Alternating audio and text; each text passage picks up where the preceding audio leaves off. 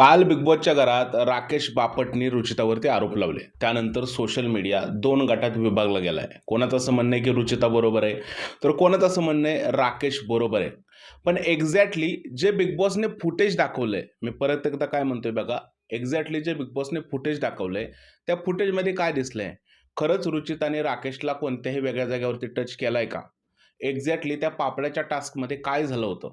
रुचिताने तोडफोड करायला सुरुवात केली का दुसऱ्या टीमने सुरुवात केली? या सगळ्या गोष्टीचा पुरावा या व्हिडिओमध्ये मी देणार आहे. तर हा व्हिडिओ शेवटपर्यंत नक्की बघा.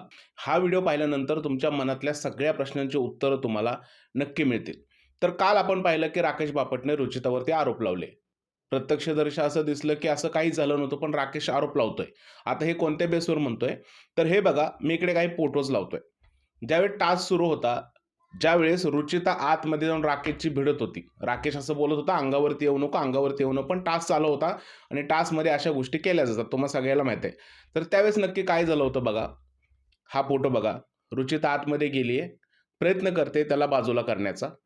त्याच्यानंतर तिने तो सोफा सेट बाजूला केलाय. ती सोफा सेटच्या खाली जाऊन जो आहे ते काहीतरी पापड वगैरे काढायचा प्रयत्न करते. फोटो तुम्हाला दिसत असतील. त्यानंतर राकेश तिकडेच उभा आहे. थोड्या वेळात तिकडे प्राजक्ता आली बघा. प्राजक्ता राकेशला काहीतरी बोलते आणि त्याच्या हातातलं सामान घेऊन निघून जाते. परत रुचिता उठते आणि त्याच्या हातातला पापड खेचते. तो पापड असा चुरगळते आणि टाकून देते.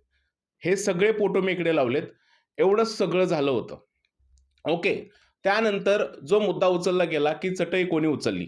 तर हा फोटो बघा. राकेश जो आहे तो स्वतः चटई उचलत आहे. त्याने चटई अशी गुंडाळलेली आहे आणि तो सगळीकडून फिरत आहे. या फोटोमध्ये स्पष्ट दिसतंय. दिसतंय की नाही सांगा? त्याचबरोबर टास्कची सुरुवात झाल्यानंतर सगळेजण बोलायला लागले, की रुचिताने जे आहे ते तोडफोडीला सुरुवात केलेली आहे. तर आता इकडे मी फोटो दाखवतोय तुम्हाला. टास्क सुरू झाल्या-झाल्या जे पापड सुकवण्याच्या पाट्या आहेत, त्या लपवायचा प्रयत्न झाला. बिग बॉसने सांगितलं होतं, की कोणतीही वस्तू लपवायची नाही किंवा हलवायची नाही. तरीसुद्धा त्या पापड सुकवण्याच्या पाट्या लपवण्याचा प्रयत्न राकेशकडून करण्यात आला, प्राजक्ताकडून करण्यात आला आणि हे स्पष्ट दिसतंय. याचेसुद्धा फोटो मी इकडे लावत आहे. तुम्ही ते फोटो बघून घ्या. आणि त्यानंतर मग रुचिताने हल्ला केला. आता या लोकांनी युक्ती वापरली असेल, शक्ती वापरली असेल, म्हणजे दोन्हीकडून चूक झालेली आहे आणि त्याचा हा परिणाम आहे. मी इकडे हे म्हणणार नाही, की रुचिता जी भाषा वापरते किंवा रुचिता जे अग्रेशनने गेम खेळते ते बरोबर आहे. पण जे काय आपल्याला फुटेज बिग बॉसने दाखवलंय, त्या फुटेजमध्ये हे कुठेही दिसलेलं नाहीये. रुचिताने राकेशचा विनयभंग करण्याचा प्रयत्न केला किंवा चुकीच्या जागेवरती हात लावायचा प्रयत्न केला. आता हे सांगू शकत नाही, की बिग बॉसने ते फुटेज कट केलंय का?